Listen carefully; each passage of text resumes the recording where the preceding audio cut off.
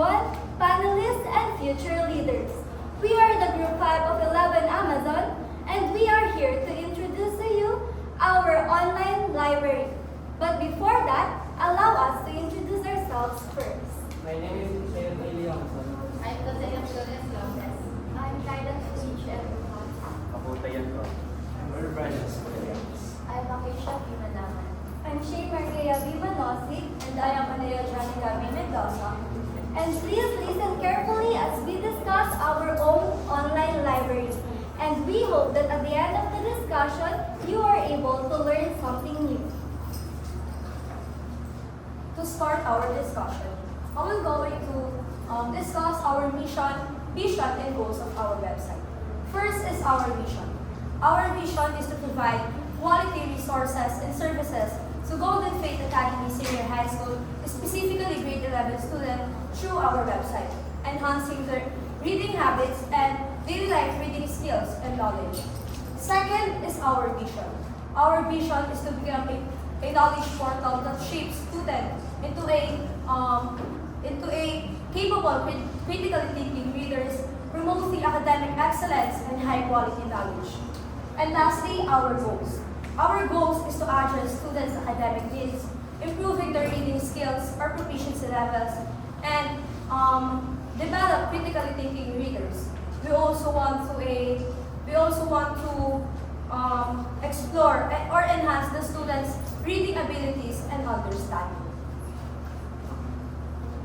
Our study focuses on the difficulties that readers has difficulties reading.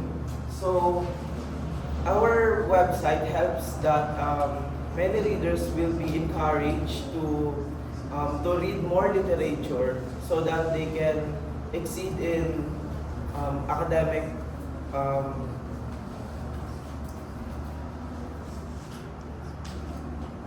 on academic focuses.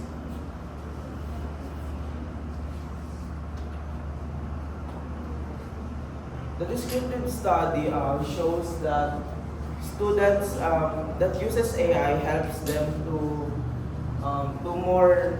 be more efficient and effective on learning because it tailors them to their specific needs on specific studies. But it also shows that AI will become more prominent for them to be more dishonest with their academic results. Also comparative study. In this study, guidance in teenage years is the key for success and for emotional health.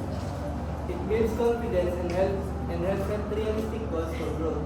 Without proper guidance, teens may face mental health concern, learning problems, and academic stress. The purpose of our online library is to make reading more interesting and help students develop their creativity and digital skills. And this project connects to the mathematical function and relation to the stories that we read, such as Araw sa Palengke, True Beauty, Simply Irresistible, and Mga Pupo sa Liwanag. We also explore how character actions spark multiple consequences or how many paths leads to one person. And for many to one relationship,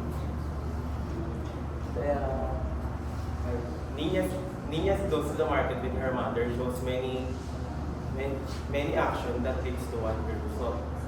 And for one to many, Lim Ju Kyung is a person who influenced many people around her.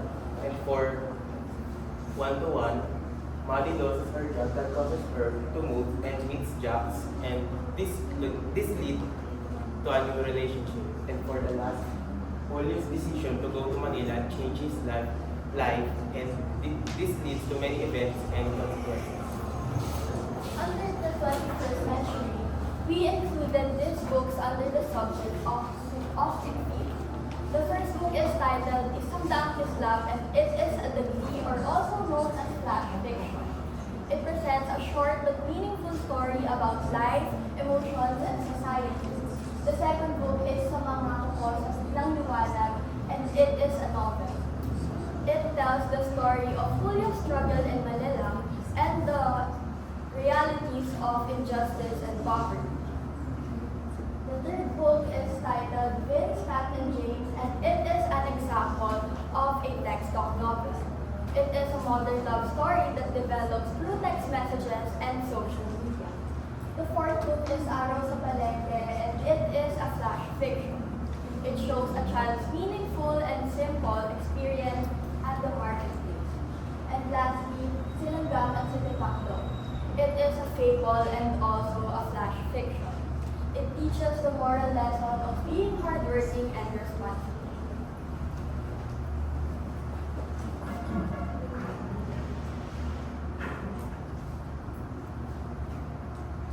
Moving on to the 21st century English literature, we included two stories in our website. First is True Beauty by Yang. It is a graphic novel suitable for students who struggle with self-acceptance and are often pressured by the standards the society has set. It tackles themes such as bullying, self-acceptance, conformity, vulnerability in relationships. Also, it is a gentle reminder that beyond everything else, loving and accepting yourself is the most important thing.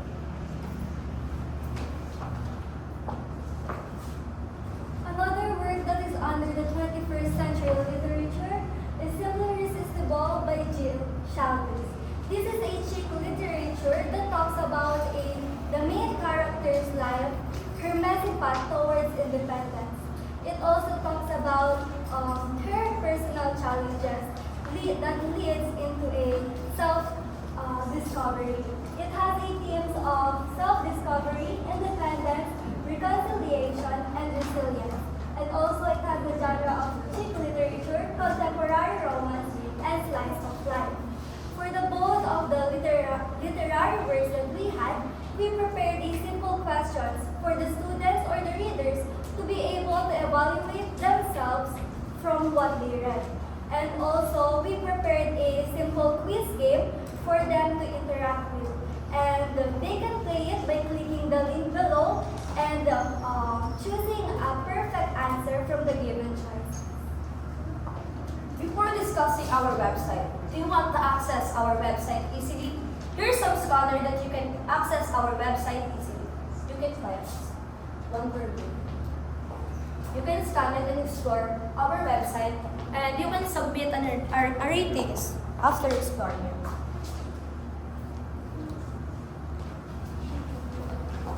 And now let's proceed to our website. Our website has 6 pages. So our first page is our home, in where you can see the title read, the members and contributions, the mission, vision, and the units. And also the 4 hyperlinks including Filipiniana, contemporary art, science and technology, and 21st century English and Filipino. For our page 2, you can see our 21st century in English. It has 2 different literary works, The True Beauty and Simply Irresistible. For our page 3 is the 21st century in Philippine or SICPHIL. We have here 5 different Philippine literary works. For our page 4, we have here the science and technology, the impact of AI, and the advantage and disadvantages. For our page 5, we have the Filipiniana. In here, we have the folk tales. And for page 6, we have the contemporary art. This has the modern art, music, and film. So we chose the brown and bright design because it represents our library theme, vintage, and also it's suitable for our literary works and modern sections.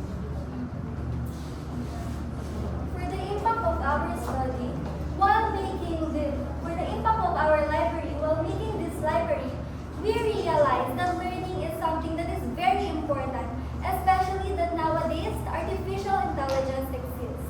We made this library through human intelligence together with artificial intelligence. Even though AI already exists, we can still learn in a more creative and significant way. The purpose of our website is to provide free and accessible reading materials for students. By empowering our peers, we hope that we can overcome barriers and we can encourage them to improve their reading habits. That's all, and thank you for listening. We hope that you have learned something new. And now we're open for the questions.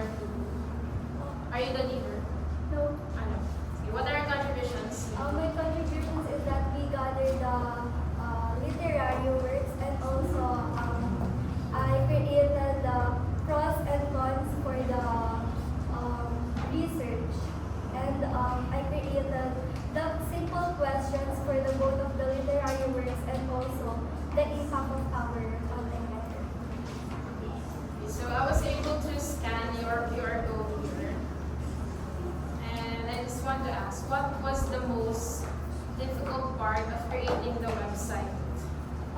For me, since I am not the one who created the website, but based on the on our group mates for the one who created the website, it was hard because there are a lot of things to put, like the literary works, the games, the researches, the papers. But I think the most difficult one is the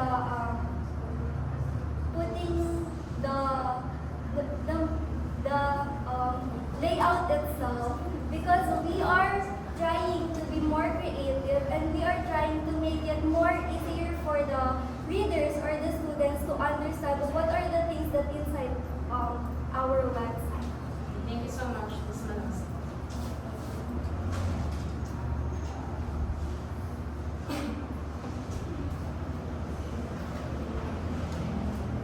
Regarding to your website, so maganda. Talagang entertaining. Wow! So parang hindi na lang ito kami sa ibang mundo. So, pagandahin pa natin. What additional features you can add to your website? Anyone can answer. For additional features that we can add, we can add some text and additional literature, since the given task in this IPT, the literature is blocked because the accessibility of some literatures is hard because some is paid and some is not.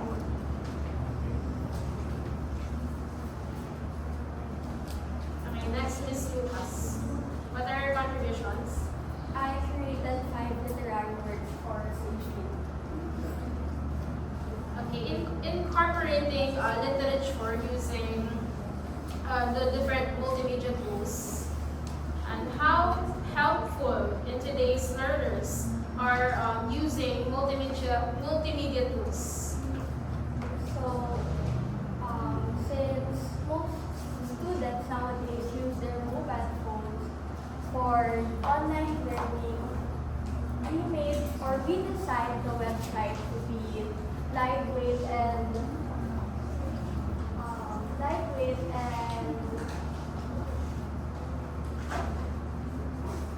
easier to navigate, because it allows students to access our website more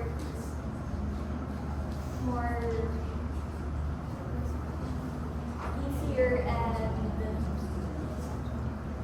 more easier.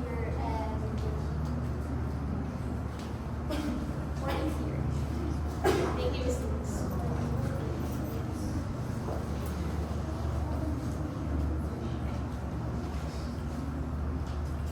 Okay. Now, how do multimedia features like quizzes and interactive reading pages improve students' engagement with literature?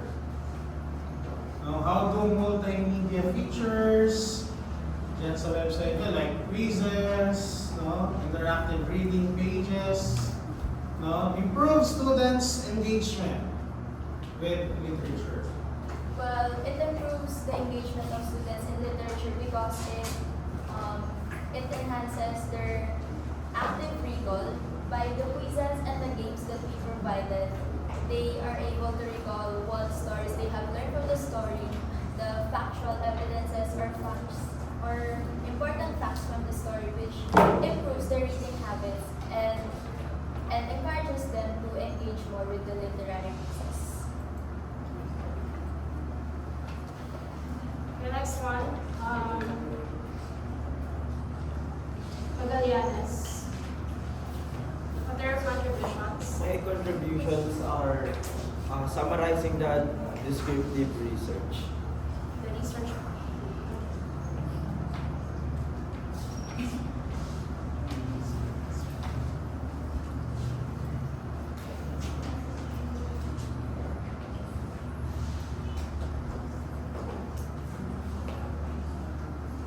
Okay, so in this project, you are asked to feature any quantitative research articles. Am I right? Can you go to that slide, please?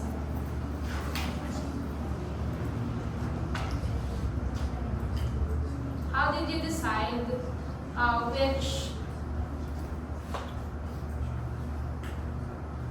which studies were credited? So we decided to pick out some papers that were credible because it has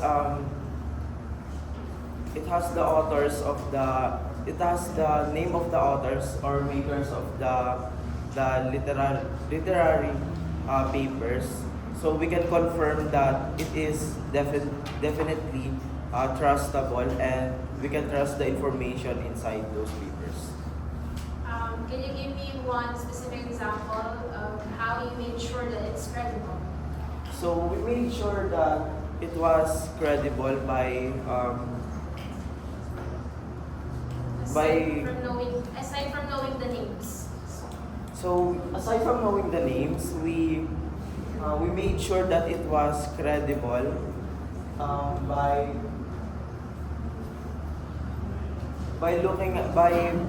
retrieving them from trustable websites that compiled some research papers. Can you give me an example of website, a trustworthy website?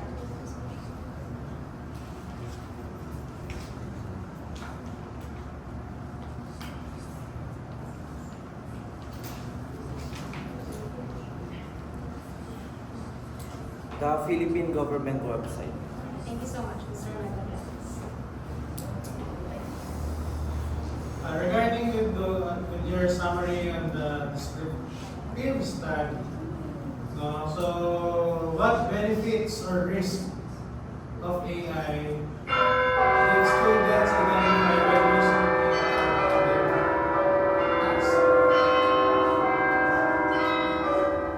And so again, Reminders for the students, please do. so what benefit or risk of AI did students identify when using it for academic tasks? Yan. Anyone who can answer? Sa mga hindi mo nag-answer. What benefits or risk of AI did students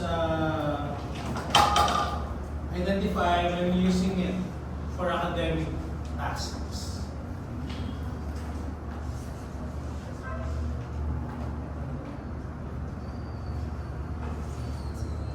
Anyone can answer naman.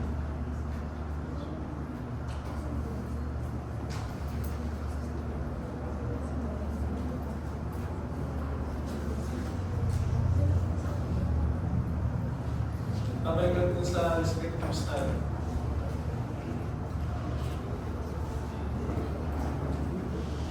Sabi dyan, this descriptive study presents students' views on how AI supports learning through personalized help, better engagement, and improved performance, while also highlighting concerns such as an over-dependence, weaker critical thinking, and data privacy risk, and possible academic dishonesty. So, what benefits and risks na pwede kaharapin ng students using AI for academic tasks?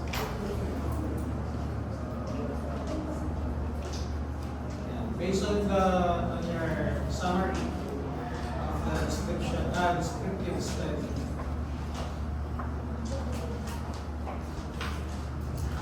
What limitations? Hanggang saan lang pwede? Using the AI or what? Anyone? May ibang nag-answer?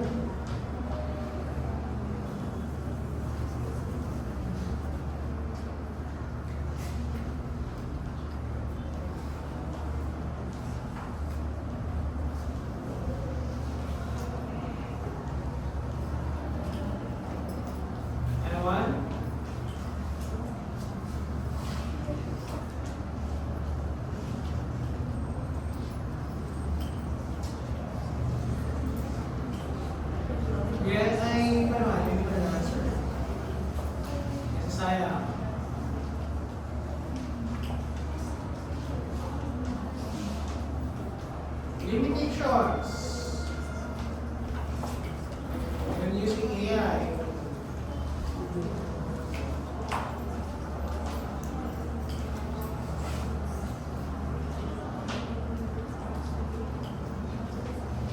Yes.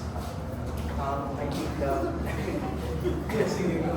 I think that the benefits of using an AI is it helps the student find more information that they need, and I think the risk is over dependence and lack of concentration about the work.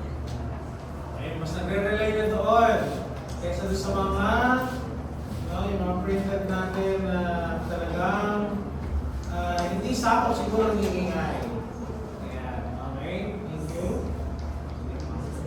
Youngson, what are your contributions? Summarizing the causal comparative study.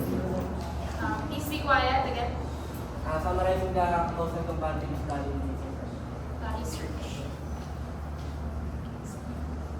My question is, since you were able to include many different literary genres in your website, can you mention at least 3 literary genres you used?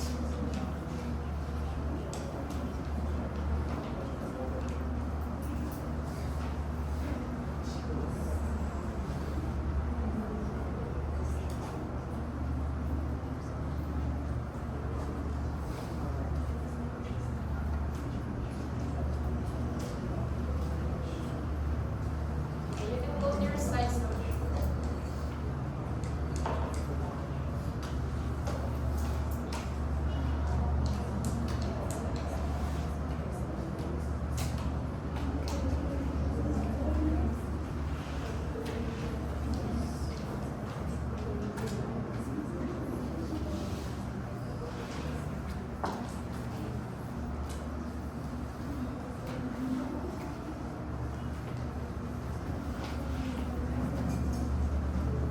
Okay, let me change my question. If a teenager like you will visit the website, what genre would you think they would enjoy the most? From the ones or the examples you have here. Students of your age.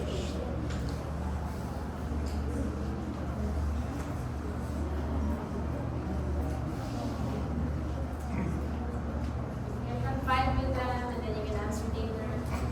Please help.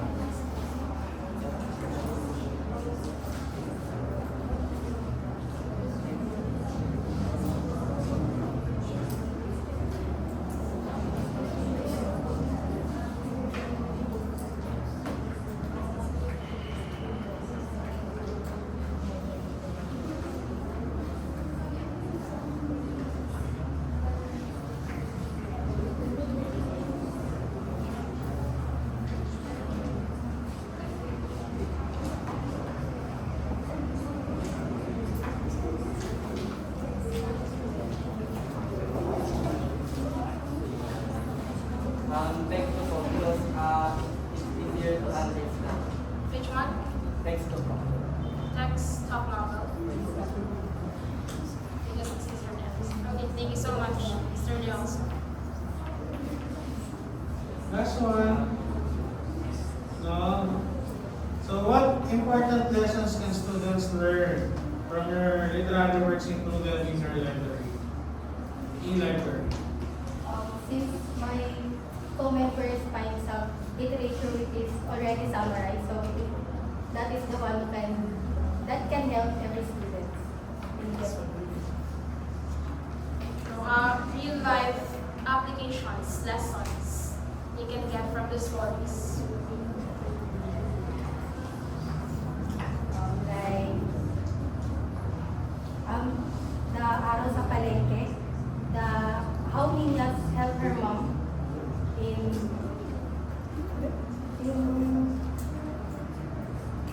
going in palengke.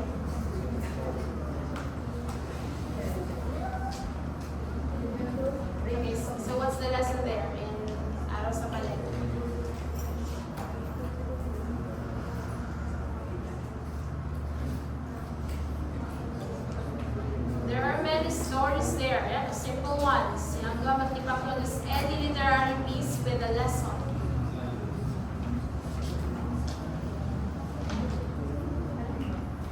What real life lesson?